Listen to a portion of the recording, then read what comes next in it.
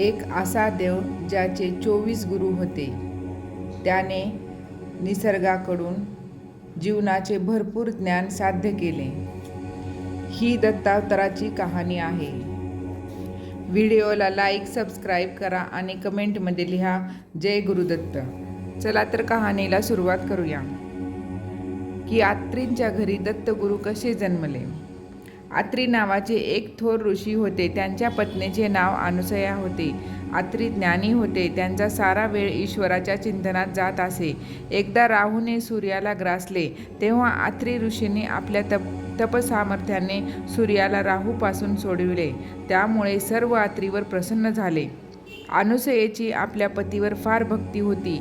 आपल्याला अगदी देवतुल्य पुत्र व्हावा असे त्या दोघांना वाटत असे. एकदा काय झाले, अत्री स्नान करावयास नदीवर गेले होते.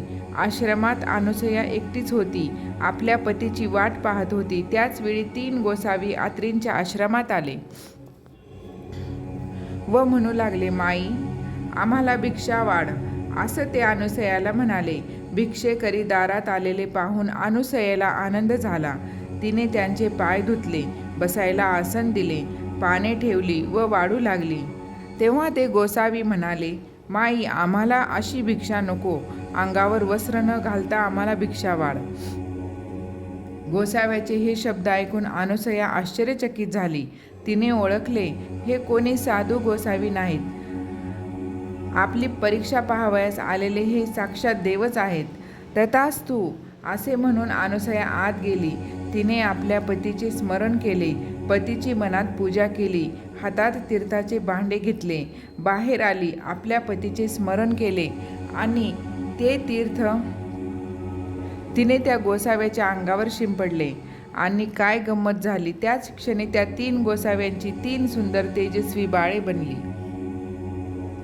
अनुसयाला आश्चर्य वाटले. ती त्या बाळांना मांडीवर घेऊन थोपटू लागली. अंगाई गीते गाऊ लागली. दुपारी अत्री ऋषी परत आले. अनुसयेने त्यांना सारी हकीकत सांगितली. ही 3 बाळे म्हणजे ब्रह्मा, विष्णू आणि महेश हे त्रिमूर्ती आहेत. हे अत्रीने ओळखले होते. अत्रीने त्या बाळांना नमस्कार केला. तेव्हा ब्रह्मा, विष्णू, महेश अत्री पुढे प्रगट झाले आणि म्हणाले, वर माग, असे ते ऋषी. तेव्हा अत्री अनुसयाला म्हणाले, त्रिमूर्ती आपल्यावर प्रसन्न झाले आहेत. इच्छा असेल तो वर मागून घे.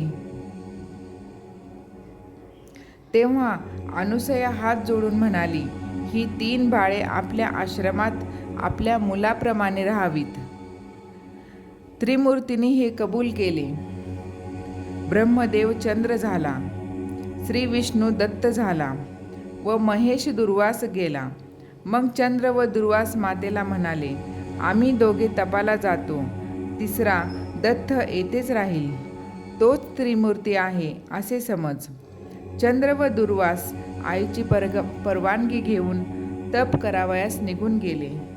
त्रिमूर्ती दत्त मात्र आईवडिलांची सेवा करीत तेथेच राहिले.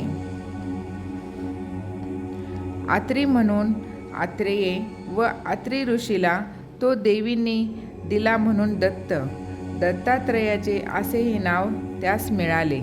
दत्ताचे ठिकाण ब्रह्मा, विष्णू, महेश यांचे स्वरूप आहे. म्हणून दत्त 3 शिरे 6 हात असा आहे. दत्तात्रेयाचा जन्म मार्गशीर्ष महिन्यातील पौर्णिमेला झाला व याच दिवशी आपण दत्त जयंती म्हणून साजरी करतो. ओम श्री गुरुदेव दत्त.